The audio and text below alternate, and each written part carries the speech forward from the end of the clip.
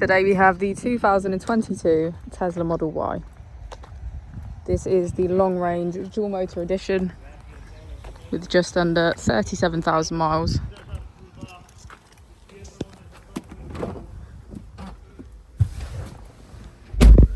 On our user interface, we're met with an overview of the vehicle.